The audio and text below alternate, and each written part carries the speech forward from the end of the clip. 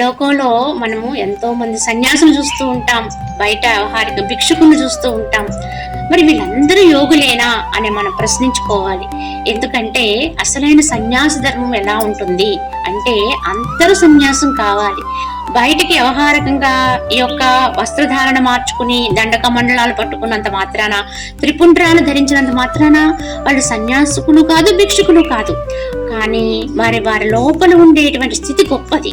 ఎవరైతే లోపల తమ చిత్తములో ఏ యొక్క సంకల్పము లేకుండా దేన్ని అంటనటువంటి నిస్సంగత్వ స్థితిలో ఉండగలుగుతారో వారి నిజమైన సన్యాసులు. ఆ విధమైన స్థితి ఏర్పడకుండా బయటకు మాత్రం వ్యవహారికంగా ఇలా ఉంటూ మరి భిక్షుక వృత్తిని ఇత్యాది వృత్తులు చేసుకుంటూ ఉంటే జీవన వ్యవహారం మాత్రం జరుగుతుంది తప్ప వారిని కపటాచారులు అంటారు చెప్పాలంటే. అటువంటి వారిని చూసి మోసపోకూడదు. నిజమైన యోగుని గుర్తించాలి. ఎందుకంటే వారి లోపల ఉన్న స్థితి తప్పకుండా వారి యొక్క చర్యల్లో కూడా ప్రస్ఫుటిస్తుంది. కావున వారిని గుర్తించి వారిని అనుసరించాలి, వారిని మనకు మార్గదర్శకులుగా తీసుకోవాలి అనేది గమనించాలని పరమాత్మ హితో తెలియజేశారు. అని ఓం దర్శన్.